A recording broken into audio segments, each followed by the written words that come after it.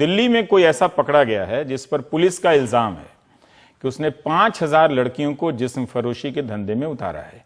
यह संख्या सुनकर कोई भी सन्नाटे में आ जाए, मगर उसका कारण संख्या नहीं है। उसका कारण है कि हम इस समस्या से अनजान तो हैं ही, बेपरवाह भी हैं। मुकेश सिंह सिंगर की रिपोर्ट देखिए, फिर हम इस पर संक्षिप्त चर्चा करेंगे।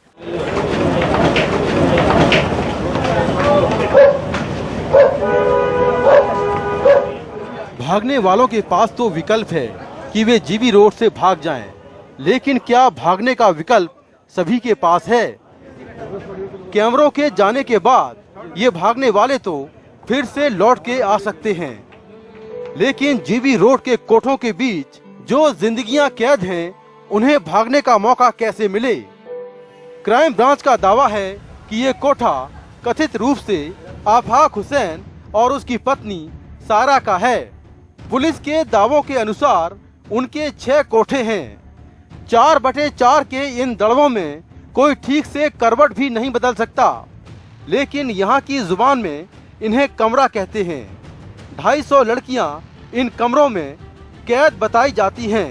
पुलिस ने बताया कि आफाक इन गुफाओं में बंद लड़कियों के बूते पर हर दिन 10 लाख की कमाई करता है, यानी महीने भर में 3 करोड़ की कमाई। इन लोगों को पता है कि पुलिस का छापा पड़ता है, चर्चा होती है और फिर कुछ दिन बाद सब कुछ सामान्य हो जाता है। शायद इसी दुस्साहस के कारण बिचौलिए और मसलमैन मीडिया को ललकारने भी आ गए।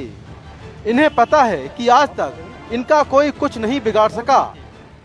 ये कोठे जो भी हैं यहाँ पे सरकार द्वारा चलाए गए हैं और इसमें कोई ऐसी बात नहीं है कि किसी के साथ जबरदस्ती हो रहा है और सब अपनी सहमति से काम चल रहा है। हर लड़की के पास लाइसेंस है, बाकायदा कोठे का लाइसेंस है। क्या काम चल रहा है यहाँ पे? कहाँ आपको नहीं पता क्या काम चल रहा है? आप वैसे ही आ गए यहाँ पे। इसका लाइसेंस है इस काम के लिए, गलत काम का लाइसेंस तो होता नहीं है। गलत काम का कौन कह रहा है कि गलत काम होता है? आपने देखा जाके होता क्या है? अच्छा होता क्या है यहाँ पे, ये तो बताओ। आप जाके देख सकते हो क्या होता है यहाँ पे। नहीं, आप मैं तो गया नहीं, मैं तो यहीं से या इसका मालिक कौन है? आफाक मालिक इसका? मेरे को मालिक का कोई पता नहीं, पर मैं कह रहा हूँ कि आम आदमी की इज्जत उछालना आपके हाथ में नहीं है। आप क्या नौकरी करते हैं यहाँ पे? मैं कुछ नहीं करता। आफाक हुसैन और उसकी पत्नी समेत 8 लोगों को पुलिस ने गिरफ्तार किया है। रमेश पंडित हुसैन का ड्राइवर है जो मुनीम का काम करता है। एक मैनेजर भी है जिसका नाम वासु है। एक लठैत किस्म का सरफराज जो कि अभी फरार है। हम और आप जीवन में नायिका का कुछ और मतलब जानते हैं। कोठों पर नायिका मालकिन की मैनेजर जैसी होती है जो लड़कियों पर निगाह और नियंत्रण रखती है। सायरा भी कभी नायिका ही थी। 6 महीने से क्राइम ब्रांच की 5-6 टीमें काम कर रही थीं। गरीब घरों की बच्चियां होती हैं दूर दराज के स्टेट्स में और इवन नेपाल में, वहां से ये बेला फुसला के अपनी नायिकाओं के थ्रू, अपने एजेंट्स के थ्रू, दलालों के थ्रू उनको दिल्ली ले आते हैं। शुरू में खाली 1-2 लाख रुपए का पेमेंट होता है। उन लड़कियों को बहुत ही दयनीय स्थिति में, बहुत ही गंदे हालात में रखा जाता है। उनके साथ बहुत ही बुरा सलूक किया जाता है और दड़बों में जानवरों की तरह रख के उनको इतना दहशत में ला दिया जाता है कि उनके पास कोई चारा नहीं होता। उनके ऑर्डर मानने के अलावा उनके पास और कोई चारा नहीं बचता है। पुलिस के मुताबिक सारा को 20 साल पहले हैदराबाद से दिल्ली लेकर इस धंधे में धकेल दिया गया। उसके बाद उसने इस धंधे को अपना पेशा बना लिया। आफाक से शादी करने के बाद उसने कोठों को खरीदना शुरू किया। कोठे किसी और के नाम से खरीदे गए। इस दंपति ने 20 सालों में करीब 5000 लड़कियों को इस धंधे में धकेला। जिन लड़कियों की जिंदगी इन तहखानों में बंद है, जहां हवा भी मयस्सर नहीं है, उनके दम पर आफाक के पास हवा से बातें करने वाली हर तरह की कारें हैं। RK पुरम दिल्ली क्राइम ब्रांच के दफ्तर में जब्त इन गाड़ियों को देखिए, लाखों की कारें हैं। आफाक एक स्कूल भी चलाता है। दक्षिणी दिल्ली के सरिता विहार के पास जैतपुर में इसका स्कूल है। हम इस स्कूल की पूरी तस्वीर आपको नहीं दिखा रहे हैं। जैतपुर में ही इसका एक फार्म हाउस है। आश्रम के पास भगवान नगर में इसका एक घर है। बेंगलुरु में 2 और मकान हैं। कई और शहरों में संपत्तियों का पता चला है। आफाक अब जैतपुर से दक्षिण दिल्ली के ही posh colony new friends colony में रहने का प्लान बना रहा था। एक कोठी खरीदने के लिए 50 लाख रुपए भी दिए थे। आफाक के एक ही बैंक अकाउंट से 4 करोड़ से ज्यादा की नकदी मिली है। पुलिस का अंदाजा है कि आफाक ने इस धंधे से करीब 100 करोड़ की संपत्ति बनाई है। ऐसा नहीं है कि ये पहली बार गिरफ्तार हुए हैं, कई बार हो चुके हैं। सारा तो 7 साल की सजा भी काट आई है, लेकिन इस बार पुलिस ने इन पर मकोका के तहत कार्रवाई की है। अब शायद छूटना आसान नहीं हो। सवाल हमारा कुछ और भी है। ये तो जेल गए, लेकिन क्या वो 5000 लड़कियां कभी छूट पाएंगी जिन्हें देह व्यापार के धंधे में लाने का आफाक पर आरोप है? पुलिस के मुताबिक जीबी रोड की हजारों दर्दनाक कहानियों का गुनाहगार आफाक और उसका गैंग है। इसके अलावा यहाँ पर 2 से 3 ऐसे और बड़े गैंग हैं जिनका जीबी रोड के 80% कोठों पर कब्जा है। पुलिस ने इस गैंग पर पहली बार कड़ी कार्रवाई की है और पुलिस का ये दावा है कि बहुत जल्दी ही जो बाकी के गैंग हैं उन पर भी शिकंजा कसा जाएगा। नई दिल्ली से Mukesh Singh, NDTV India. Break के बाद हम चर्चा करेंगे वकील अपर्णा भट्ट के साथ। थोड़ी देर में लौटते हैं।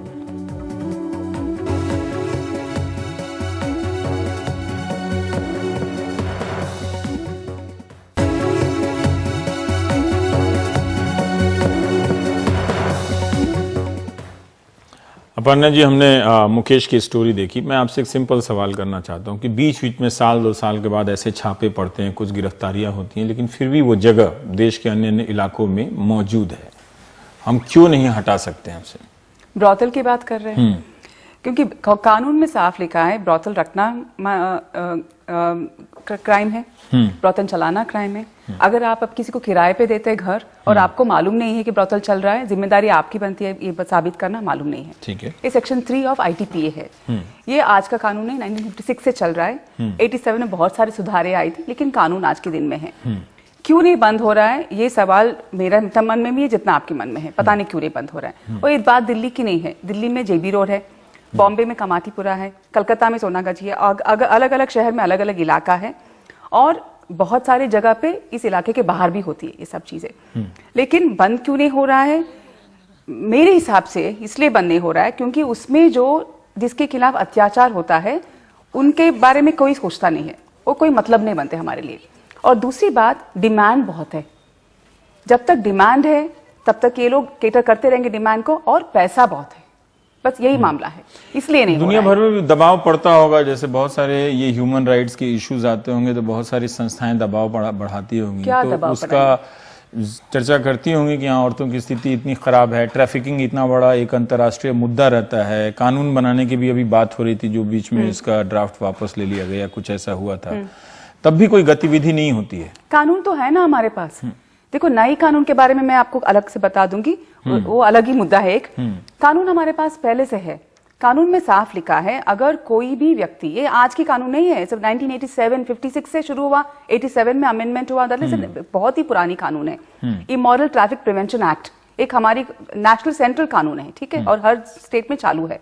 उसमें साफ लिखा है, अगर कोई व्यक्ति किसी को ले जाना चाहता है, इंड्यूस करता है, और मतलब अगर कोई उसमें अबेट करता है, मतलब मदद ले जाना, हाँ, मदद अबेट करता। अबेट कानून में, क्रिमिनल क्राइम में abetment is a very specific offence. वो तीनों एक जुर्म है।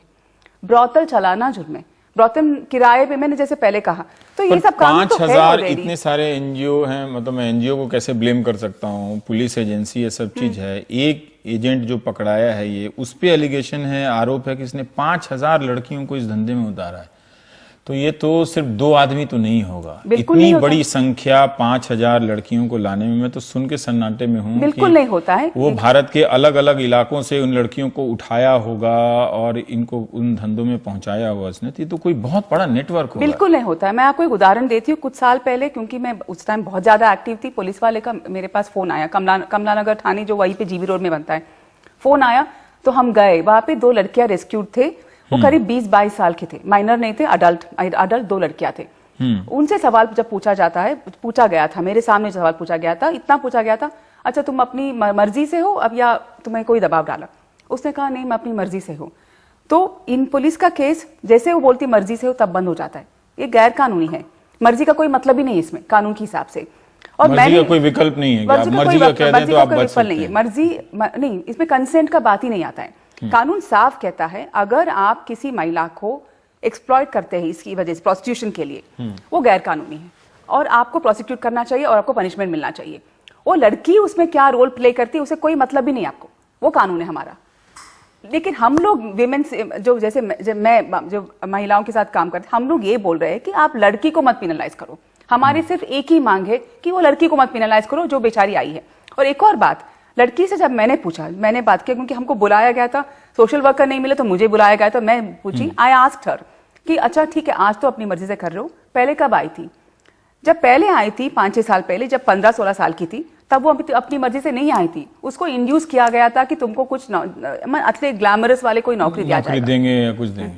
मैं एक चीज जानना चाहता हूं कि ट्रैफिकिंग कानून के अलावा मतलब इस तरह के अपराध के कानून तो है, पर वो जो पुलिस हमारे शॉट में वो जो दड़बा जैसा मतलब 4 फीट बाई 4 फीट भी नहीं, आदमी करवट नहीं बदल सकता, ये किस कानून के तहत एक इंसान को रहने के लिए बनाने की इजाजत है? क्या किसी अर्बन कानून में डीडीए के पास ये इस तरह का है या एमसीडी के लाइसेंस से इस तरह से छोटे छोटे खोखे बने हुए हैं? बिल्कुल नहीं है, तो सवाल मतलब है ही तो नहीं। क्या उस कानून के हिसाब से सामान भी इनको नहीं रख तोड़ सकते। देना चाहिए? बिल्कुल बिल्कुल तोड़ना चाहिए। एक्चुअली हमारे लिए गोडाउन कैसा होना चाहिए उसके लिए भी कानून है ना, उसमें भी कुछ रिस्ट्रिक्शंस है।